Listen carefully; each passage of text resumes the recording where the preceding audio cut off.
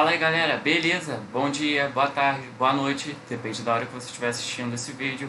Aqui é o professor Felipe Castanho e hoje eu estou trazendo mais uma videoaula para vocês. Hoje nós vamos conversar sobre um assunto bem interessante chamado a Reforma Protestante. E ele é um assunto que ele dá continuidade à nossa conversa sobre a Idade Moderna. Idade Moderna, que nós já conversamos, trouxe desdobramentos, mudanças, tá? Para o homem, principalmente o homem ocidental, tá? Medieval, que passa a ser um homem moderno, ok? Vai trazer mudanças no campo social, político, econômico e também religioso. E é sobre esse aspecto especificamente que nós vamos tratar na aula de hoje, que é o aspecto religioso. Beleza? Então vamos lá, se prepara, senta aí, se aconchega, come aquela pipoquinha e vamos que vamos.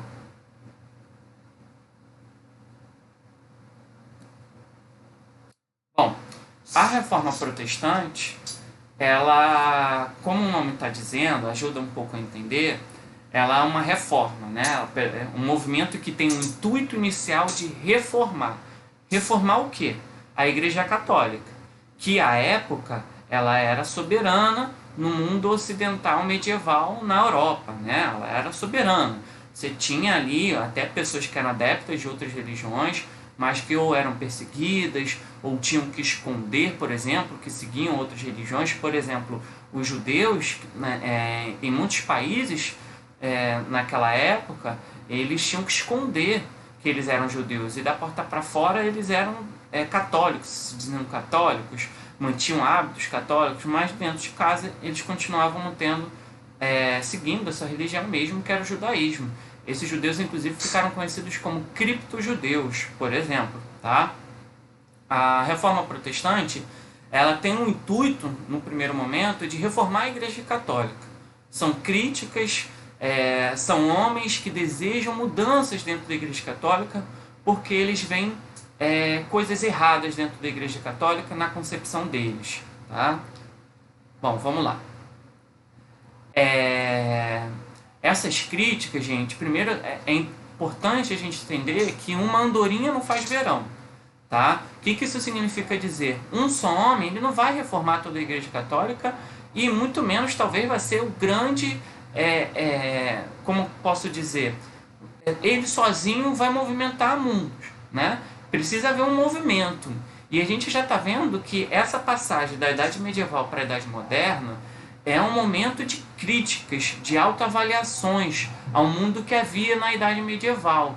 E, obviamente, o mundo da Idade Medieval, que era muito atrelado à Igreja Católica, aos conhecimentos que a Bíblia trazia, principalmente, é um mundo que está ruindo cada vez mais. Não no sentido de deixar a religiosidade de lado, mas no sentido de ter outros olhares, no sentido de fazer análise, de fazer críticas a como as coisas eram ensinadas na Idade Medieval.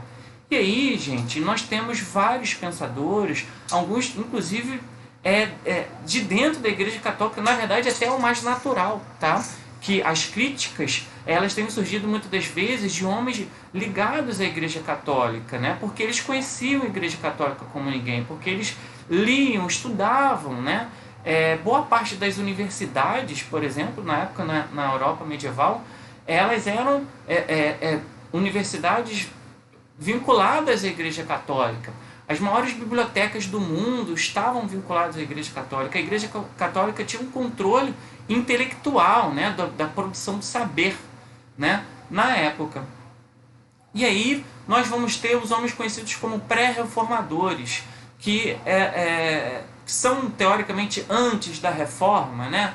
São homens que criticavam a Igreja Católica, apontavam, olha, isso está errado, isso não pode ser assim, olha, isso não é muito bem o que a Bíblia está dizendo. E esses homens conhecidos como pré-reformadores, eles já vinham fazendo, né, críticas, tá, à Igreja Católica muito antes, ok? A crise na Igreja Católica, ela é do século XIV, século XV, ok? Ali eu estou trazendo, gente, dois grandes pré-reformadores, chamados John Wycliffe e John Huss. O John Huss, inclusive, gente, por conta das suas críticas à Igreja Católica, ele vai parar na fogueira. A Igreja Católica tinha um tribunal, tá? Um tribunal chamado Santa Inquisição, o Tribunal da Santa Inquisição, e que você podia, por exemplo, se você fosse condenado na instância máxima, você podia morrer na fogueira, tá? Para você expurgar os seus pecados, pagar pelos pecados quando você cometia uma heresia. Heresia era um pecado, né? Era, por exemplo, você dizer que Jesus Cristo não existiu, né? Que Deus não existe. Isso era uma heresia, ok? É um pecado. Esses homens, eles já criticavam, nesse caso, eles não vão fazer nenhum tipo de heresia nesse sentido, como eu acabei de dizer, mas eles vão tentar corrigir posturas da Igreja Católica que eles achavam que estava errado, e como a gente vai ver, de fato parecia que estava um pouquinho errado. Mas vamos lá. Eu coloquei ali as principais críticas que a gente tinha na época. Primeiro, eu coloquei a simonia, ou, como a gente conhece, as vendas de relíquias sagradas. O que é vender relíquia sagrada? A Igreja Católica, muitas das vezes, na época, tá?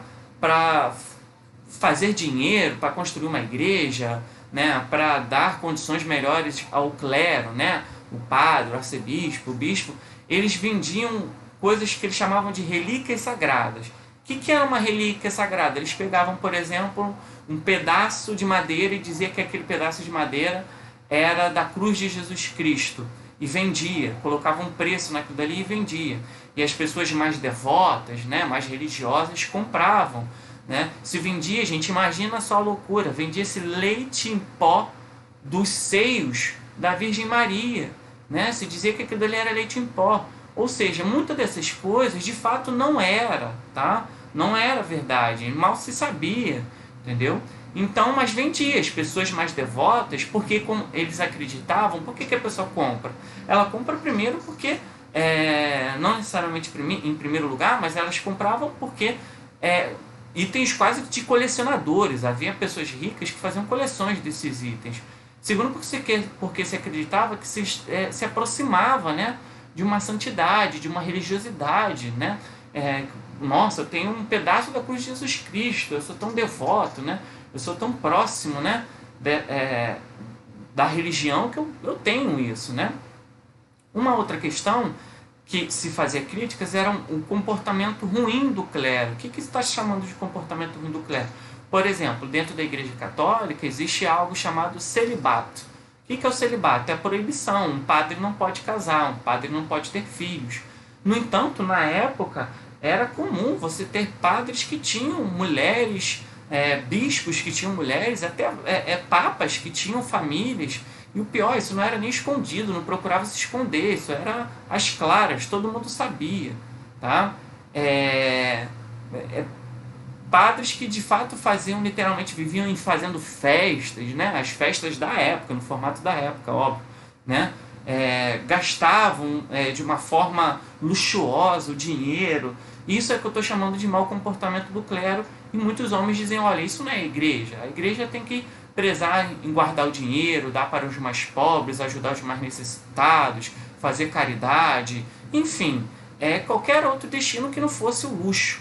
Tá? Havia também uma crítica, gente, à má formação do clero.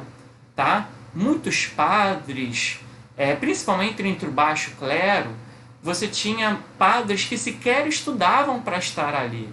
Né? Padres que não tinham qualquer tipo de vocação, qualquer tipo de formação para ser padre, e simplesmente caía de paraquedas ali e se tornava padre. Já pensou, você vai conversar com o padre sobre um determinado assunto e o cara sequer mal conhecia a Bíblia, muitas das vezes. Tá? Por fim, gente, uma das principais críticas era a chamada venda de indulgência. Né? O que era a indulgência? Indulgência, gente, eram documentos que literalmente faziam uma indulgência, que é o quê? A palavra indulgência significa perdão. Você imagina, eu cometi um pecado, cometi um crime aqui, mas vou lá na Igreja Católica no dia seguinte, compro o perdão, pronto, estou salvo e vou para o céu. Né? Imagina se a salvação fosse de fato dessa forma. Né? Para quem acredita, né, dentro da Igreja, né, e muitos reformadores, né, vão dizer, olha, não é assim que se conquista o perdão, não é assim que funciona o perdão, na verdade. E isso não pode ser utilizado dessa forma.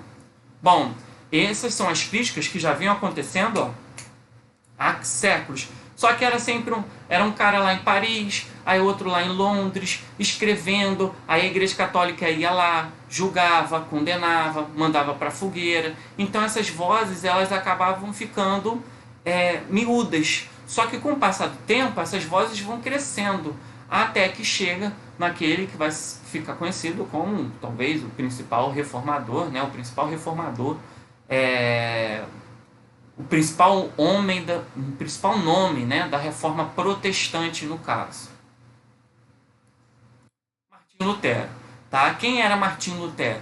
Martinho Lutero, gente, ele era um monge, tá? Pertencia à ordem de Santo Agostinho, ele era um monge agostiniano e ele era muito estudioso, ok? E o Martinho Lutero, ele foi protegido durante um bom tempo pelo príncipe Frederico da Saxônia. E por que eu estou dizendo que ele foi protegido? Ele, como posso dizer, ele foi apadrinhado por um príncipe poderoso, rico, da região da Saxônia, que ficava ali no Sacro Império Romano Germânico. Por que isso é importante a gente saber?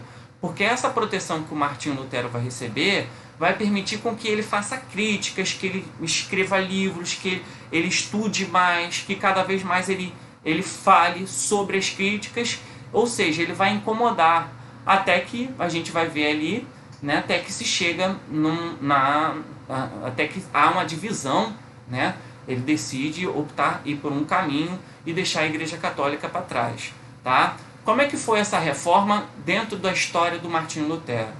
Bom, primeira coisa, que é uma das questões mais importantes da vida dele, é que depois dele se formar, dele estudar, tá, para ser monge, ele faz uma visita a Roma, que era tida como uma cidade, né, o Vaticano, né, uma cidade papal, de fato. E aí, quando ele visita Roma, ele fica muito triste, porque ele esperava ver uma cidade organizada, com os bispos, os cardeais seguindo à risca o que estava na Bíblia, né, a visão que ele tinha de religiosidade. E quando ele chega lá, ele vê pelo contrário. Ele vê bispos, cardeais ostentando uma vida luxuosa, tá? E ele vai fazer, aquilo ele vai marcar a vida dele, de forma que ele vai fazer intensas críticas. O que ele faz? Quando ele volta, tá, para sua cidade de Wittenberg, ele vai começar a escrever críticas, propostas que precisam acontecer para a Igreja Católica ser uma Igreja Católica melhor na visão dele, tá? E aí, essas críticas vão resultar num documento chamado 95 Teses. Ele vai enviar, ele sempre vai, essas críticas que ele faz, ele envia para o Papa, ele envia para Roma, só que normalmente Roma ignorava, né, ou ele não tinha a resposta que ele queria, e aí ele decide tomar uma atitude radical. Ele vai escrever esse documento, as 95 Teses, que são críticas, propostas de reformar, né, a Igreja Católica, na Igreja de Wittenberg. Essas 95 teses é muito interessante, gente, porque a Igreja Católica ela vai depois fazer uma autoavaliação e ela vai identificar que cerca de 40 teses ali não eram heréticas, ou seja, não eram teses que afrontavam a Igreja, mas eram teses que, olha, beleza, você está certo, a gente precisa mudar isso, tá? Dali, mas essa atitude radical não vai ser tolerada, ele vai ser chamado pela Igreja Católica e pelo imperador numa reunião chamada Dieta de Worms, né, de Worms, e nessa dieta ele é convocado a testemunhar, a falar sobre e negar todos os seus estudos, todas as suas críticas. Martinho Lutero não vai negar, ele vai se recusar a fazer isso. E aí ele sai protegido ainda pelos príncipes, os nobres que estão por trás dele, né, como já disse o Frederico da Saxônia. E aí a Igreja Católica vai decidir e fala, olha, Martinho Lutero, você não tem jeito, nós vamos te excomungar. O que significa excomungar? Significa que ele estava fora da igreja. Só que, repare, estar fora da igreja, beleza, ele pode seguir a vida dele, ele vai rezar em casa. Não, estar fora da igreja naquela época, gente, é literalmente o seguinte, se você está fora da igreja e a salvação, você ir para o céu, você precisa estar dentro da igreja, e você não pode, de repente, estar mais nela, significa que você está condenado. E aí o Martinho Lutero decide chutar o balde, né, e iniciar uma própria religião, né, que vai ser o luteranismo, a sua própria concepção de religião que ele acha que é correto. Ele não só vai ser excomungado, porque como imperador do Sacro Império Romano Germânico, vai colocá-lo como um status de fora da lei, como se ele fosse um bandido. Tá? A sorte do Martinho Lutero é que, como eu disse, ele vai estar protegido primeiramente por Frederico da Saxônia, depois outros nobres vão protegê-lo, vão aderir ao luteranismo, e aí a sua rede, né, o protestantismo não só vai se espalhar, como ele vai ter a proteção desses outros nobres. Mas isso vai gerar guerras em inúmeras regiões. A Reforma Protestante, então, gente, como eu já disse, ela vai trazer, né, essas questões que eu já disse no slide anterior, que ali estão até repetidos. Mas uma questão muito interessante, se vocês verem no slide anterior, era o Lutero, tá? Já numa fase mais avançada da vida. Ali é o Lutero monge, que prega as 95 teses na porta da igreja de Wittenberg. E o Lutero, imediatamente após essa excomunhão, ele, não tem jeito, então vou iniciar aqui. E ele decide pegar a Bíblia e traduzir a Bíblia, que antigamente só tinha na língua em latim, e ele vai decidir colocar essa Bíblia, tá, na língua nativa. O que é a língua nativa eu estou chamando? Em alemão. Ele vai traduzir. E isso vai ser muito importante, gente, porque tinha pessoas que sabiam até ler, mas não sabiam ler em latim. E aí, essa tradução inicial da Bíblia do latim para o alemão vai abrir, né, vai permitir com que, em alemão, daqui a pouco eu vou ter a Bíblia traduzida em português, em espanhol, né, nos diferentes países onde a Reforma Protestante vai vingar. Tá? Posteriormente, como a gente sabe hoje em dia, né, a própria Igreja Católica vai ceder e vai ter Bíblias nas línguas nativas, né? Eram chamadas a chamada língua vernacular, tá? Quais são as consequências da Reforma Protestante? Primeiro, guerras, tá? A Reforma Protestante, vocês imaginem, a Igreja Católica não vai ficar parada, né? Assim como ela também não vai ficar parada, os adeptos, né, os católicos, eles vão reagir. Tá? Então eu vou ter países que vão aderir ao luteranismo, regiões de alguns países que vão aderir ao luteranismo, né? A Reforma Protestante, outros não, outros vão se manter com a Igreja Católica. E isso vai gerar guerras, por exemplo, como a Guerra dos 30 Anos. E eram guerras sangrentas, sabe? Você literalmente queria matar, eliminar o inimigo, para eliminar a ameaça, né? Ou da Reforma Protestante, ou passa a ser para os protestantes, né, que literalmente começavam a protestar contra a Igreja Católica. Tá?